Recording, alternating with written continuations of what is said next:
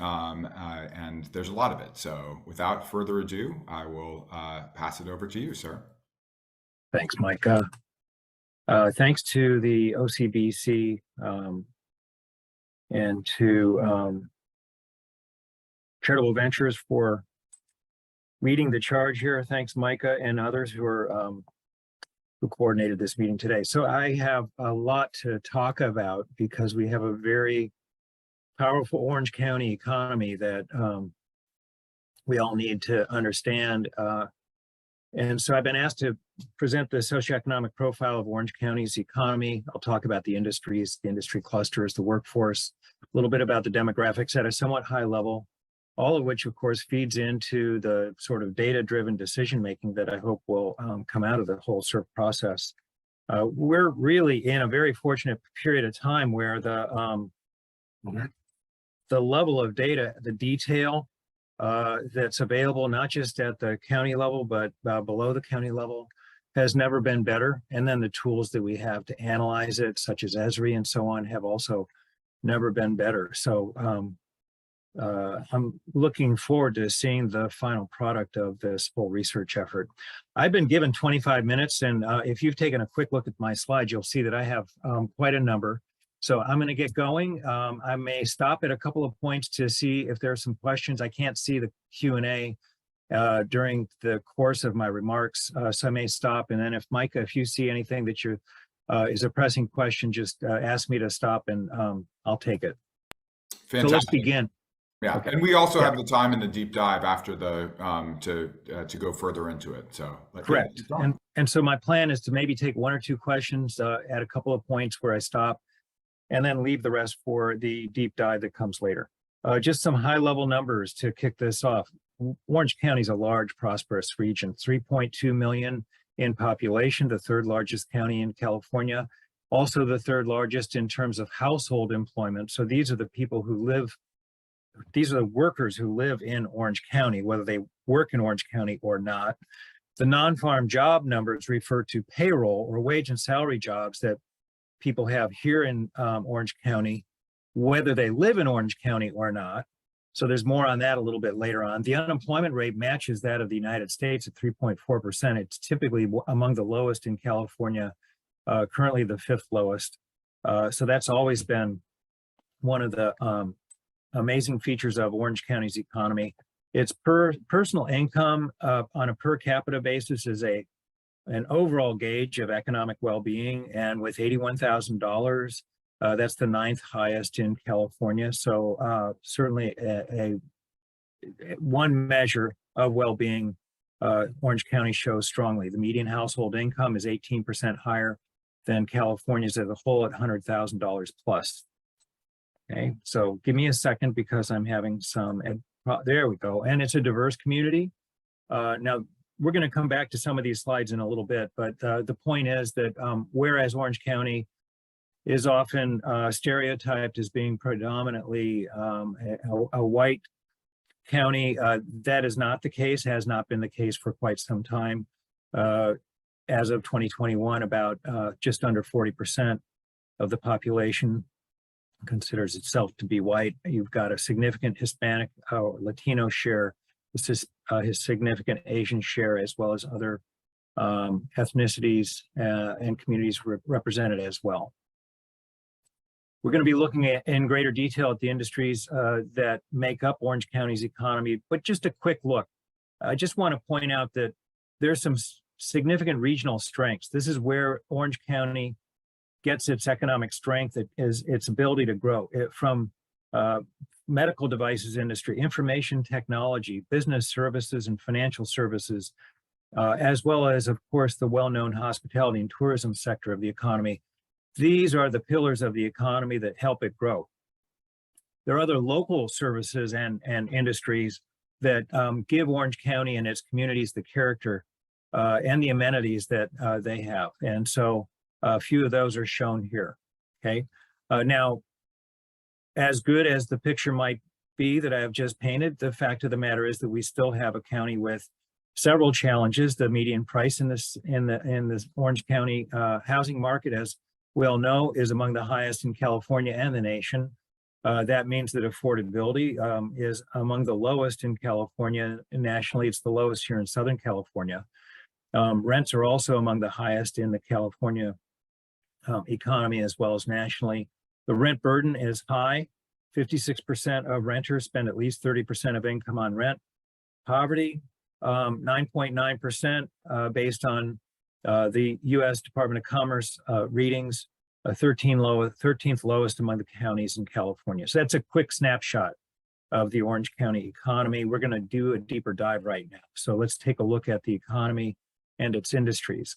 So I talked a little bit about the employment numbers. So here you've got a couple of numbers to look at. One is the labor force. These are the number of people 16 years and older who are in the labor force in Orange County. So that's 1.6 million. Of that, 1.55 million are working. So that's household employment. These are people who live in Orange County and have a job either in Orange County or somewhere else, including working at home. Okay, and here's the number of unemployed down there, 55,000. But so that was 1.55 million working Orange County residents. Here's the number of wage and salary jobs at Orange County establishments, 1.69 million. And you see the importance of the various industries to the local economy as you look down this column labeled February 2023. So the largest of the sectors in the economy in terms of employment include healthcare and social assistance. And we also have down at the bottom administrative support, construction, accommodation and food services, which together with arts and recreation often makes up what we call leisure and hospitality. And together that would also be among the largest of the sectors of the local economy. Just about every sector of the economy added jobs in year-over-year terms. That's what you see in this year-over-year change column. 2.7% gain for Orange County's job count in 2022 is about half of the job gain that we saw for all of California. The percentage gain for all of California was 5.1%. This last column shows us the recovery of each of these individual industries from the pandemic. So February 2020 was the benchmark against which we gauge whether or not we've recovered all the jobs that were lost during the pandemic. The region as a whole has just barely done so. Some of these that are in bold have more than recovered the job losses, and then we have a number of industries that are in the process of recovering the lost jobs. I'm going to skip over this in the interest of time, but basically this graph, if you have a chance to look at it, shows the time frame. I should say the timeline over which various industries have grown or not in the Orange County economy. So we often think about the economy in terms of jobs, but it's also important to think of the regional economy in terms of what we produce and how much we produce. So this is gross regional product for Orange County. It's inflation adjusted. And so we have about a $250 billion economy in Orange County, among the largest in the nation. The economy grew very large, by quite a bit in 2021 as it recovered from the pandemic. This data comes in with a bit of a lag, so we only have numbers through 2021. But the fact is that it's one of the largest economies in California based on gross regional product. Now take a look at the next slide. Again, we typically think of the economy or the economic composition of a region in terms of jobs. And that's what you have with these orange bars. That's the percentage of total employment for each of these industries. Healthcare and social assistance accounts for the largest percentage at about 12%. But when you take a look at healthcare and social assistance in terms of its contribution to output, it's a little over 6%. Okay, so this is an important distinction. We have certain industries that make large contributions in terms of output, in terms of employment. And those are typically pretty well known. We've got healthcare and social assistance. We have accommodation and food services. A little bit further down, we have arts and recreation, again, which together make up leisure and hospitality. But what we do not want to overlook is the fact that things like manufacturing make large contributions to the total output or economic activity that is produced in the regional economy, as does real estate and information. So this distinction, or I should say, it's this combination of indicators gives us a better sense of which industries are really contributing to the local economy, not just in terms of jobs, but in terms of economic activity. I had this slide up earlier and pointed out that medical devices, information technology, business services, financial services, and hospitality and tourism over here on the right-hand side are some of the heavy hitters when it comes to the local economy. What do I mean by industry clusters? Well, industries, there are hundreds of industries in the local economy.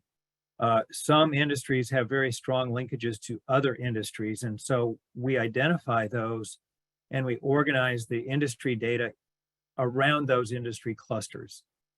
So it's not just the pharmaceutical, or I should say the medical devices industry, the manufacturing portion, but all of the other allied industries that are related, that are closely related to medical devices, similarly for these other industries.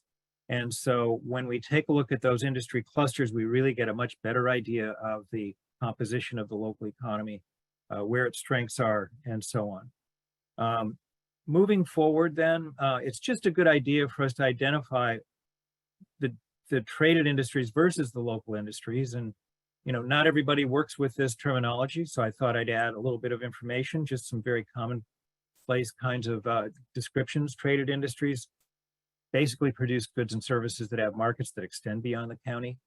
They are the source of economic growth for the local economy, so they expand the economic pie. Local industries generally produce goods and services that serve the Orange County market. The customers of the Orange County residents. Many of these industries give Orange County economy communities their identity through the array of services and amenities that they provide. So local industries typically account for larger job counts than the traded industries. The traded industries are the engine of growth in the local economy. Let me just take a quick moment to stop and see, Micah, are there any questions in the chat that I may want to take up at this point? We've been answering some of the, we've been answering some of the questions in the chat. So I think that we can keep going. Keep going. Okay, good, because I see about half my time is up. Oh, so. Sorry, we do have one question. Sure. From Linda. Go ahead. Oh, yeah. Right, Linda, if you could then raise your hand so I can kind of see you or pop up, or you just type it into the Q&A. There we go. Linda, go ahead. Thank you very much. Real quickly, I noticed that there is a bit of a disconnect between healthcare, which appears to be a large employment number, and yet it doesn't show up on the industry clusters. Is there a rationale for that?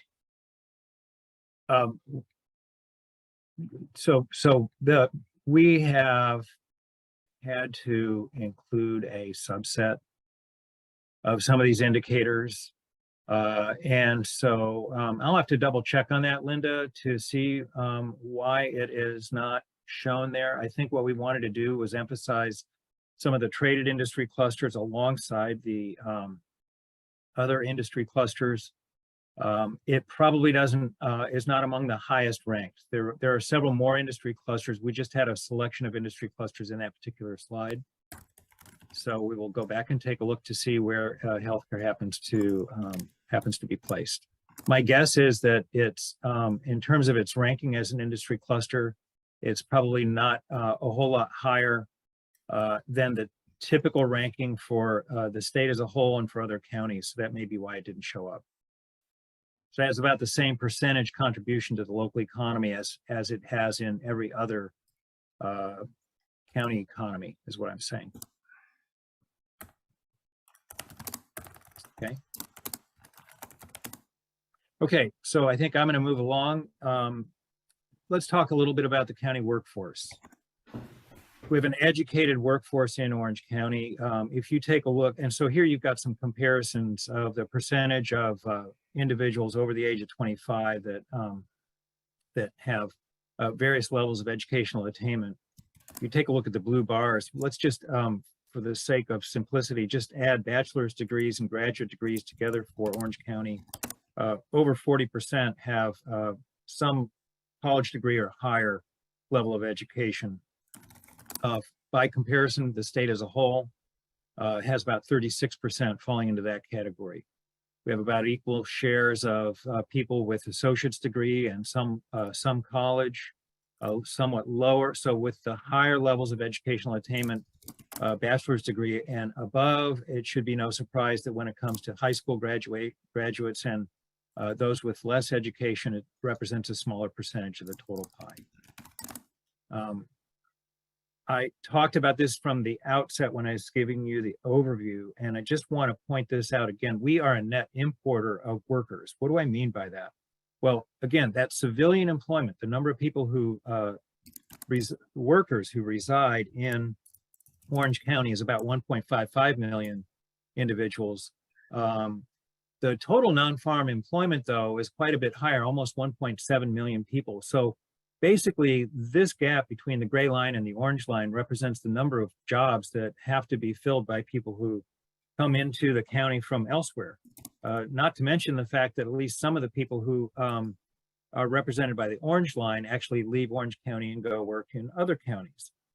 So my point is that we do have a vibrant economy, and it is fueled in part by workers who come into the county from elsewhere for any number of reasons.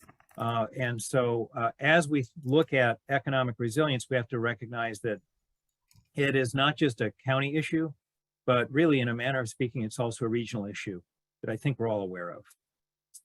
So let's keep going here. Now, as the pandemic hit us in 2020, the share of people working from home escalated to not just in Orange County to roughly 20%, but also for all of California. So huge change there. The question is, how is this going to play out over the next few years?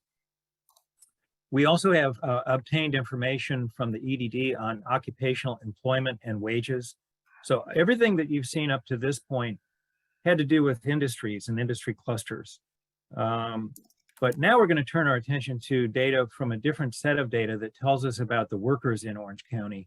And so this is a very typical breakdown of the occupations. These are major occupational groups. There are some 700 plus individual occupations that we would find in Orange County if we looked at it on an occupation by occupation level. But the mix of occupational groups for the county doesn't differ a whole lot from California as a whole, which appears here in blue as a basis for comparison. Somewhat higher shares of office and administrative, support, manufacturing, I should say sales and related, food preparation and serving related. We have a high level of services. We have leisure and hospitality with the significant tourism and hospitality segment of the local economy. So I don't think there are any surprises here. Our goal is going to be to identify some of the detailed occupations as well that probably require further attention. And down here at the bottom, you can see the total occupational employment for Orange County is about 1.8 million persons.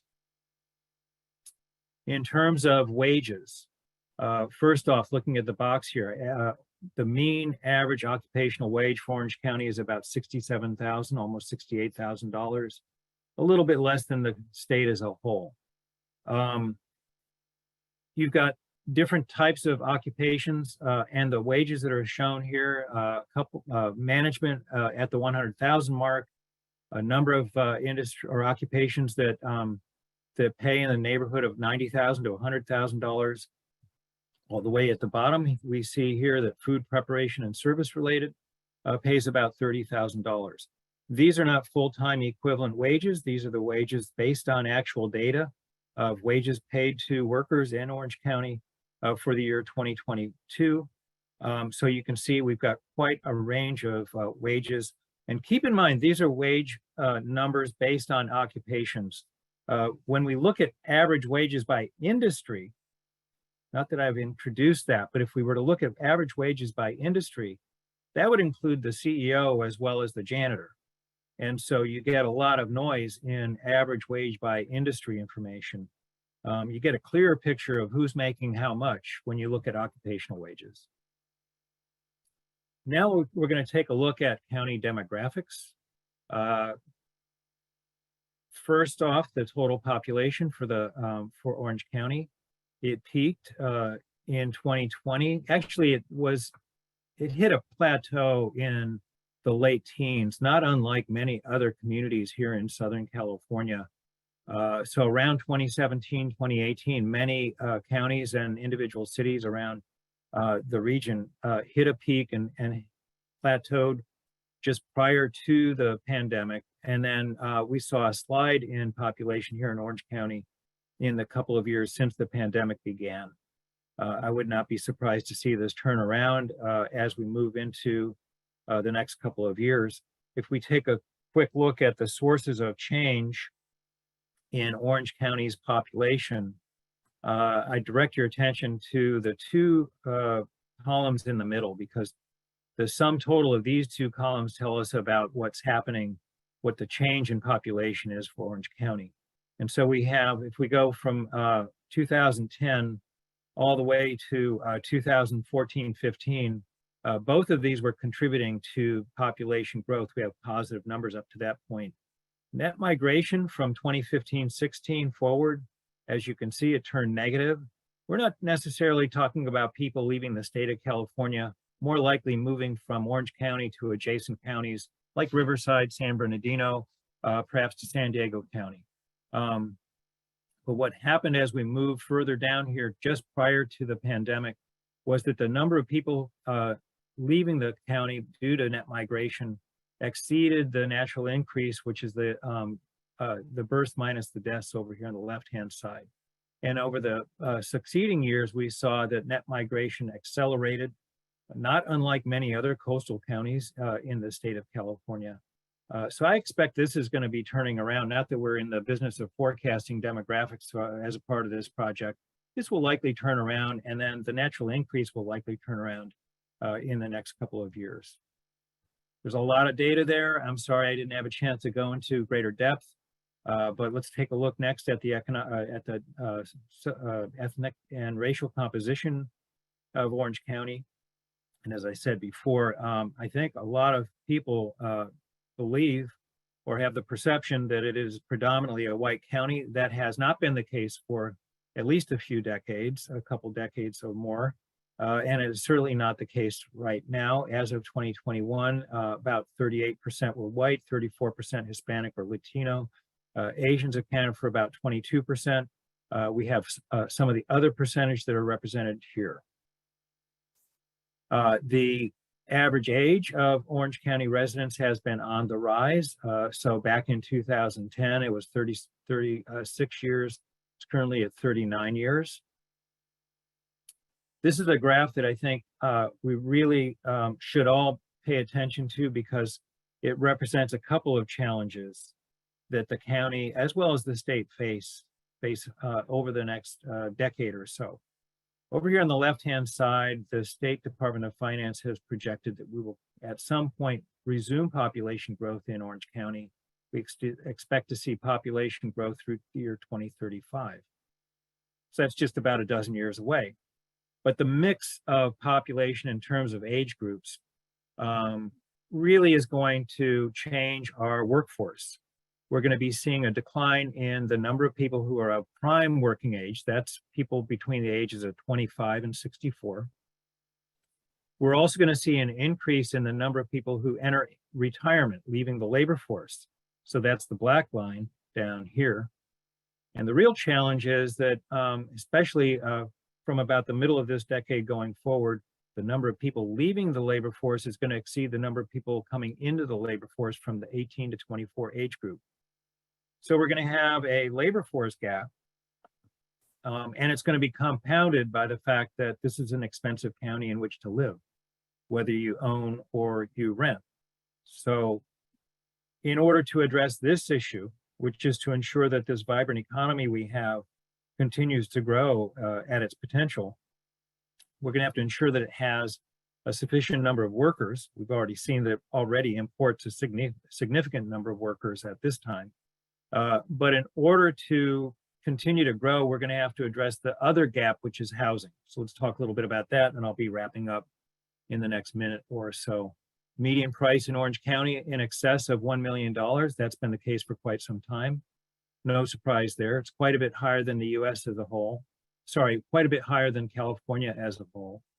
And just for reference, you know, the